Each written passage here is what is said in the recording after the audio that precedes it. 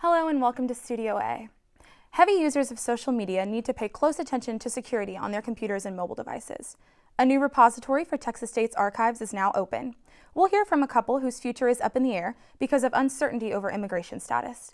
And in sports, a winning season for Texas State volleyball. I'm Anna Mingoloni. Joining me today are Emily Ramsey, Jordan Myers, Christopher Tondre, and Stephen Hepburn. We'll have those stories and more coming up on Studio A.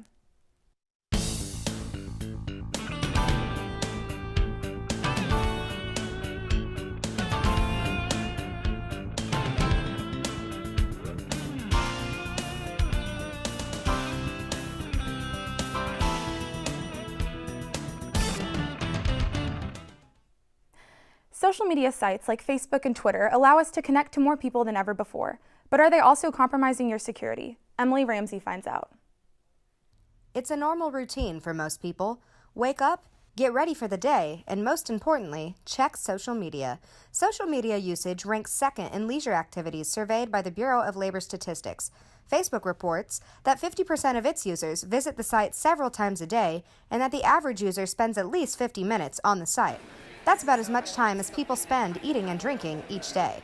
I asked Texas State student Alyssa Medrano how often she uses social media. Almost every minute of my life. I probably check it first thing and go to sleep with it. So I use it quite often, yeah. While social media may be a leisure activity for you, it's a useful tool for hackers and social engineers. Before social media, hackers fished for your information with emails that were easily recognizable. Now, hackers use your social media sites to disguise phishing emails and to make them appear like they're coming from your friends or your coworkers. This masks the threat of a foreign email and makes you more likely to open it. Hackers also monitor your social media to disguise fake apps, websites, and advertising based on your interests. For example, if a hacker sees that you like H&M on Facebook, they might embed an advertisement on your feed that looks like an H&M coupon but is actually a data mining virus. Super easy. It's scarily easy because most people don't make the effort to make it challenging. There are a few tips you can use to prevent hackers from using your own social media against you. First, always keep your profiles private. This limits the information hackers have access to. Second, avoid choosing security questions that could be found on your social media. For example, a pet's name or where you graduated high school are bad security questions because they can easily be found through social media. Lastly, opt in to two-step authorization if any of the services you subscribe to offer it. This process usually requires a secondary temporary password sent to a trusted number. If a hacker is able to guess your password, they won't be able to access your account without access to your phone. As we see advancements in the tech industry, cybersecurity becomes more difficult to maintain. But staying up to date on the ways that hackers are using your social media can help protect you. For Studio A, I'm Emily Ramsey. You know what, Emily, this really hits close to home for me. I think so many people, especially our age, that are so involved with social media don't really understand how vulnerable we make ourselves, unintentionally. Yeah, it's unbelievable the amount of people who don't even realize, because we've grown up in the cyber age, that you are allowing people to create this profile of you that you have no idea is happening. You have all of these social media sites, and especially college students are more in tune with social media than the older generations, which means that more people have more access to more information about you than ever before, and those things can even be used so far as to get into your bank accounts and things like that. That's a scary thought. Oh my gosh. You may have heard of the Whitliff Collection, but did you know that Texas State also has an expansive archive of art and literature, detailing Texas's long history? Stephen Hepburn has the story. Texas State's Science, Technology, and Advanced Research Park recently completed a $10 million facility intended to house the university's collection of literature, art, and historic memorabilia from around the Southwest United States. The Archives and Research Center, or ARC, is an effort by the university to better catalog and protect the sensitive and rare materials that have been acquired over the years. There's a lot of paper materials or artifacts that we're collecting, and in the Whitliff collections, that's where we're intentionally acquiring rare or unique materials that have long lasting or historical value. And those are materials that we want the original. Storing historic materials presents a number of unique challenges. So every part of the ARC, from its climate-controlled garages to its vacuum-sealed inspection rooms, was designed around preserving the Whitliff collection's most sensitive materials. If you get the right combination of temp and humidity, mold will grow. And mold growing on books can end up being very, very bad and destroying seriously damaging the material. In addition to its collection of paper materials, the ARC is also prepared to store newer forms of media that are susceptible to long-term damage, like VHS and cassette tapes. Heath says the university is prepared to store the Whitliff's growing archives for the foreseeable future. What I have learned is that the environmental controls here should help ensure that the materials located here last for at least 150 years. With its new storage plans, the Whitliff Museum is prepared to expand the next 10 years with more plans to add more storage space in the future. For Studio A, I'm Stephen Hepburn. Stephen, talk to me a little bit more about what exactly they use the freezer for. So they use a lot of different things to preserve the archives, the literature, the art, and what the freezer does is with a lot of the older literature, older art, older papers, what they do is they use that because there could be certain like bugs or mold, and what that does when you put it in the freezer, it gets rid of those things so they can stay good longer. So. Gotcha. Well, thank you. It's hard to believe, but way back at the beginning of this semester, routines were shattered when Hurricane Harvey hit the Gulf Coast. Houston is still feeling the effects of the storm, and Christopher Tondre has the story about the efforts of the hip-hop community to help get things back to normal. It's been 3 months since Hurricane Harvey hit Texas. While news coverage has diminished, the city of Houston is still feeling the effects from it. Known for its significance in the hip-hop community, it's the music and culture behind it that's now giving back. Hip Hop Congress, an organization at Texas State, worked to do something to give back to Houston and raise awareness about ways to give back to the community. Okay, so we had a panel of guest speakers come and talk about a wide variety of topics relating to hip-hop music and social justice. The inception came from the devastation that Hurricane Harvey had brought specifically to Texas, and artists like Trey the Truth, because he is so active in the rap community and he's also very active within the city of Houston for being a very notorious social activist. And that was basically the inception of this project. The discussion was a collaborative effort between members of Hip Hop Congress, the School of Social Work, as well as Student Diversity and Inclusion. Besides a panel which included promoters, professors, and musicians, rapper Trey the Truth attended the panel via FaceTime to talk about the power of hip-hop and giving back to the community. Though he planned to be there in person, Trey, along with DJ Mr. Rogers and Relief Gang, were out actively helping the community during the time of the panel. Being from Houston, it was a big deal, like seeing what Trey's doing, what a lot of people were doing. And so I was just like, damn, like it's crazy, like how can I help, like how can anybody help? And then like just seeing the way that everybody like pulled together, like we were doing things as Hip Hop Congress and other boards. Though the panel may end up being a one-time thing, Hip Hop Congress still has plenty of opportunities for people who love the music and want to still give back to the community. We have the Trio Exchange, which we have discussions with high school age students who are part of Upward Bound.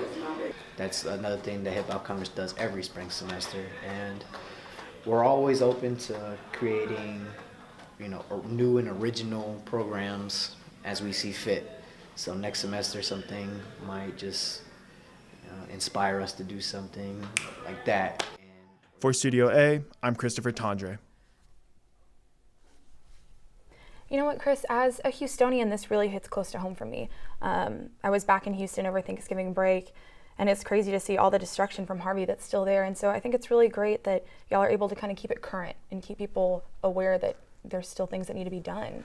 Definitely. I feel like a lot of media conglomerates and companies right now, they're not showcasing anymore what's going on. I mean, there's still families who are living in tents in front of their houses right now, months after, but you don't see the coverage of that. So it's just kind of still bringing the awareness through that and through music, which makes it a really cool way. Yeah, and it's especially imperative, I think, because the hip hop and R&B scene is so like vibrant in Houston. A lot of our most famous people in those genres are coming out of the Houston area, so to have them give back to their own communities is really cool. Definitely. I agree. Texas State students are getting a dose of the outdoors in a new class. The campus is home to a new dramatic series on the World Wide Web, and skateboarding gets serious. We'll have all those stories when we return right after this break. Relax, explore, and shop at the San Marcos Farmers Market. Come enjoy artisanal gifts and treats crafted by your community. Whether you're a foodie, a gardener, or a music lover, there's much to be discovered at the San Marcos Farmers Market.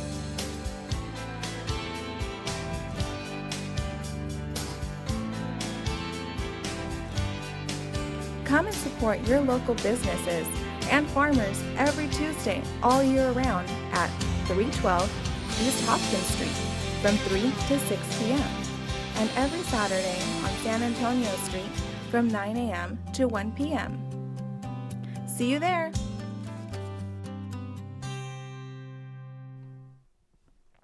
For several years, the School of Journalism and Mass Communication has offered Study Abroad, a chance for students to get a taste of foreign culture while taking courses overseas. Now, the school is offering Study in America, and Lexi Atchell reports that it gets students outdoors for less money than going across the ocean.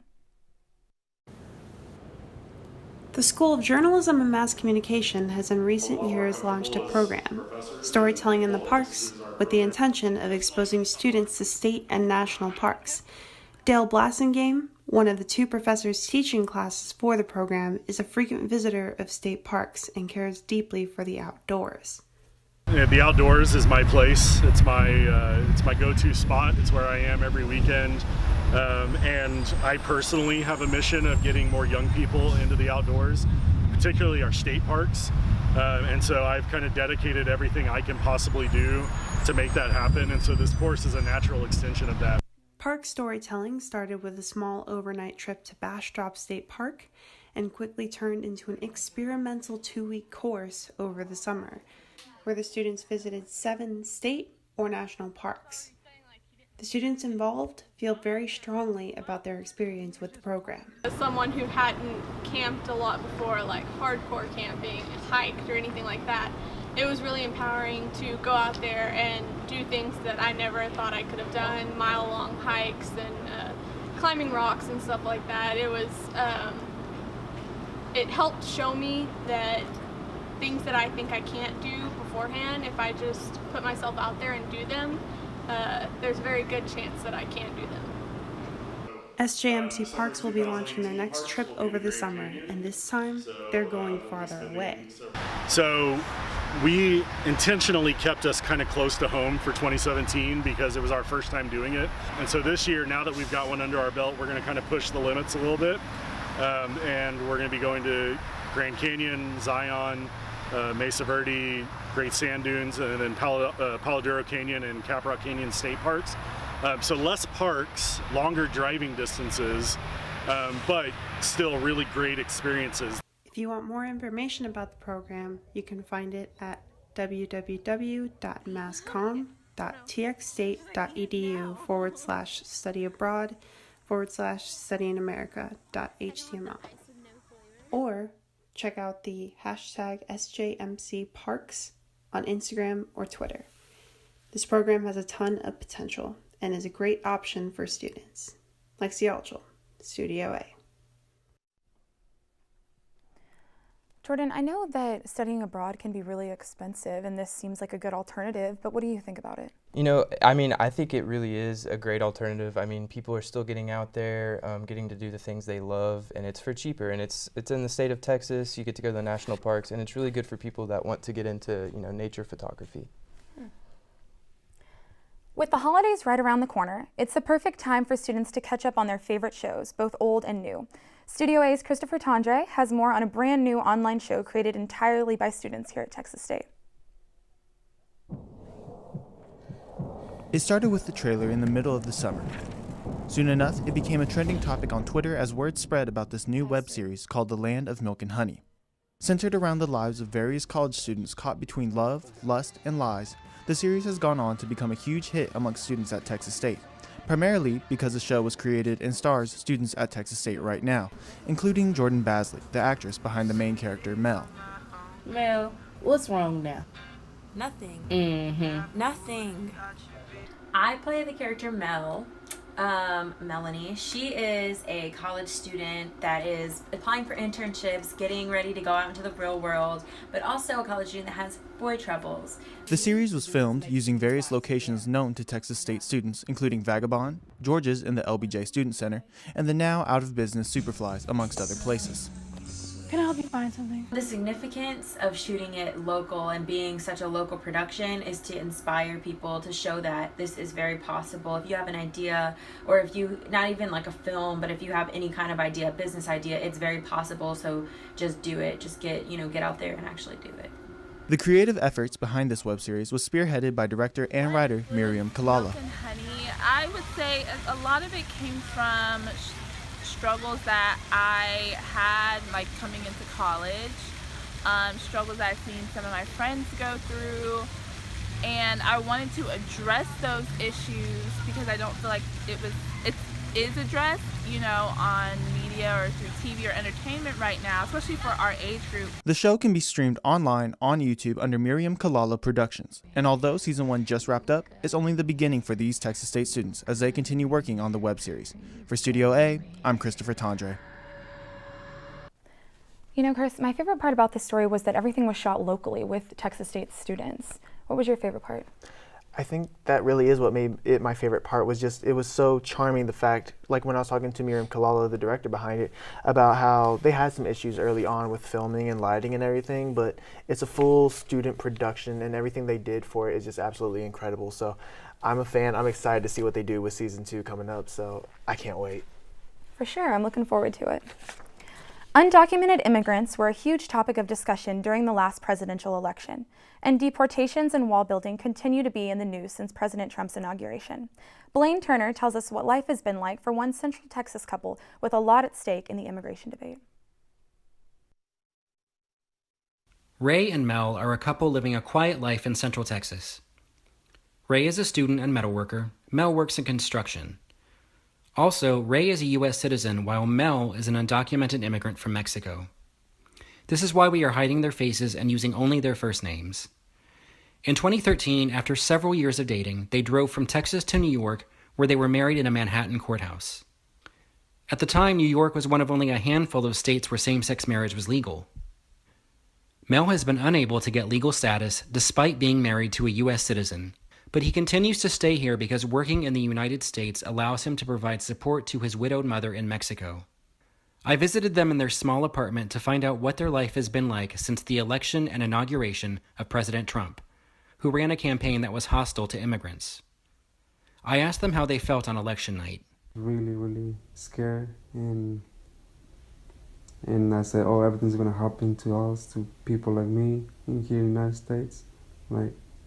Yeah, pretty scary.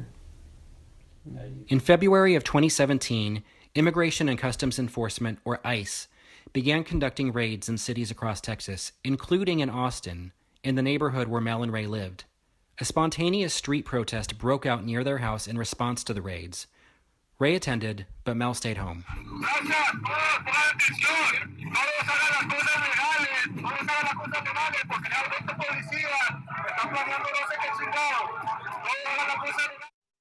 Over there, but then suddenly it's happening, in our neighborhood, and there was just, a fear to even open your door, we didn't open the door. And that week, I'm gonna say it's scary because yes, I still feel like that. He didn't want to go to work. Yeah. And this is not a person that misses work. He never same. misses work. And there was just a fear of going out, of driving, of being anywhere. The couple has since relocated, but Mel has experienced harassment and racial slurs at his job, and the fear of raids and deportation remains. But Ray and Mel say they intend to stay here together for as long as possible. I asked Mel what he would say to someone who thinks he shouldn't be in the United States. Personally, I've been here for since 2000. It's a lot of time already. So I have never involved in any crimes and things like that. So I came here just to work, and I just don't. And I wish they could understand. They could understand that we are here. We are just not. Working. We are not harming anybody. So you don't want the type of job that this man does. Nobody does. I don't. Nobody in this country does. Nor will they take it. Nor will they take the pay that he gets. And he takes it and he puts up with crap from people. And none of us would. And I say, if you want that job, if you want him gone that bad so you can have that job, take it. That's not going to happen. Yeah. Mel said that he came to the United States to find a better life. Right now, Mel and Ray are facing a life of uncertainty and fear. There are an estimated 11 million undocumented immigrants across the country facing the same tough road and hard decisions. For Studio A, I'm Blaine Turner.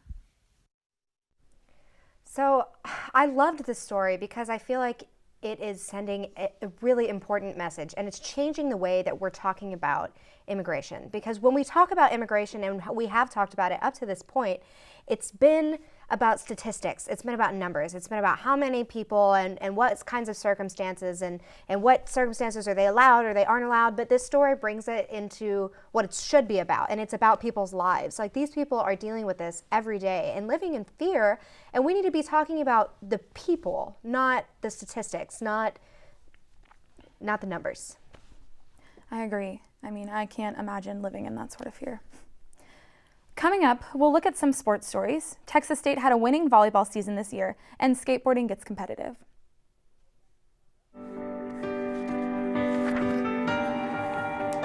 SBP, formerly the St. Bernard Project, is a disaster resilience and recovery organization. And so what we seek to do is shrink the time between disaster and recovery. It's a lot less emotional burden on a client who's definitely gone through a very traumatic experience. 4 days after the May flood, we deployed a team of AmeriCorps members out here to start mucking and gutting homes. It's very complexly funded, so we have subcontractors to donate their labor, and some of them donated materials. It can happen very quickly, or it can really be a team effort over a long period of time.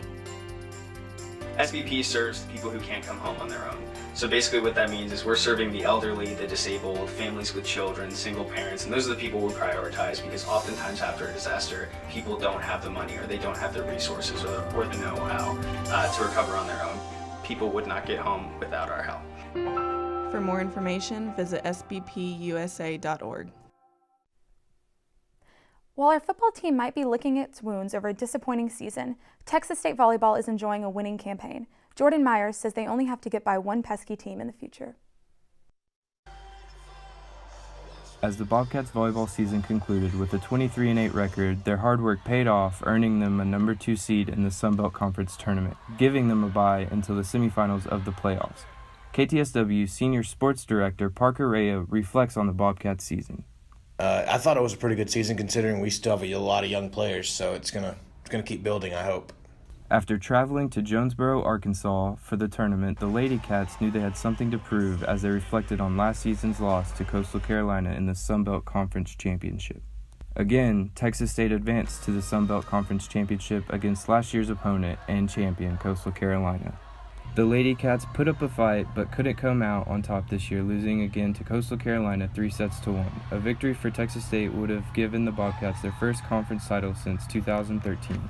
Coastal Carolina is going to be the team that this program is going to have to overcome eventually, so I think it does hurt, but it just shows where we need to be. Even though the Lady Cats couldn't come home with a victory, their stellar coaching and play has landed them a spot in the 2017 NCAA National Invitational Championship Tournament. It's going to be a good one. I'm really excited about that, just to get more opportunity to see these ladies perform before next season comes around. The Lady Cats hope to end their season on an uplifting note and take home the title. For Studio A, this is Jordan Myers. Jordan, I know the tournament just started. How's it going? Oh, fantastic. Actually, a new development. The Bobcats beat Rice last night, 3-0. We moved on to play Texas Tech, and we're going to be playing that game at 6:30 tonight at Strahan Coliseum. So everyone, come on out. That's so exciting. Go Bobcats. You see them around town, zipping along with next to no effort, cutting across campus to easily make it to their next class. They're the skateboarders. But while it might seem like a simple way to get from point A to point B, DeMarcus Cobb says a skateboarding competition in San Marcos was super serious. All right. Jonathan Brothers, people, y'all make sure, take care of our beautiful skate park today. Local skate shop, Texas Skate, held its 14th annual Jonathan Broderick Memorial Skateboard Competition here in San Marcos. Every year, some of the best skateboarders in Texas compete against each other for a cash prize, skate gear, and potential sponsors. The competition is divided into 5 divisions: 10 and under, 11 to 12, 13 to 17, 18 and up, as well as a women's division. Skateboard culture has always been a big part of San Marcos' culture, being a prime city of growth for the spot since the 80s. But the city never had a real skate park built until 2007, 3 years after Cody and his friends hosted the first ever Jonathan Broderick Memorial. His partner Brent talks about the competition's humble beginnings in 2003. Starting with just a ditch and a case of beer as a grand prize. Well, it was. We were, like I said, we were getting together all the people we'd hung out with. Yeah.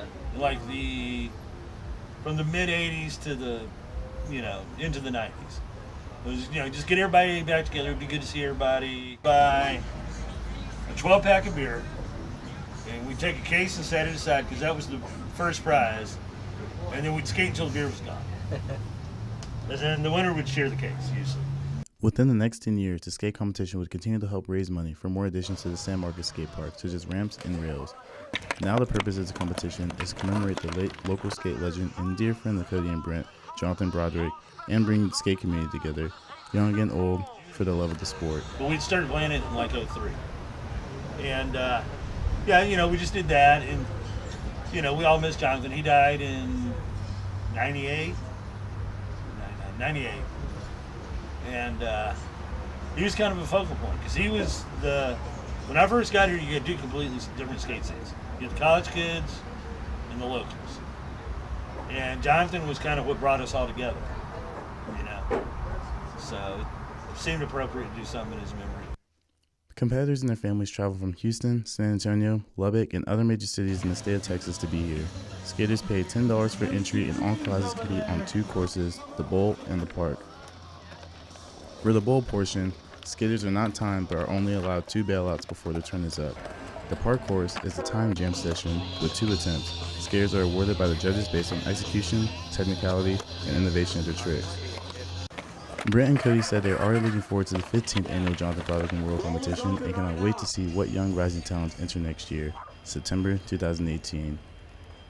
DeMarcus Cobb, Studio A. So I've never really been into skateboarding, but I really like what they're doing with this event. Since Jonathan has passed, it can see how it's growing, and it's really cool to see that all these people are coming from all these different cities just to come to this event. And it being cheap, that might be a difference in it, but it's really cool to see what's going on here, and it's going to continue to grow for sure. I agree. I love the way our community can just come together. Well, that's a wrap for this edition of Studio A, and it's also a wrap for us for the year. It's been our privilege to bring you some stories from campus and the surrounding area. Studio A will be back again during spring semester. Until then, for Emily Ramsey, Jordan Myers, Christopher Tondre, and Stephen Hepburn, I'm Anna Mingoloni. Have a wonderful holiday season and a Happy New Year.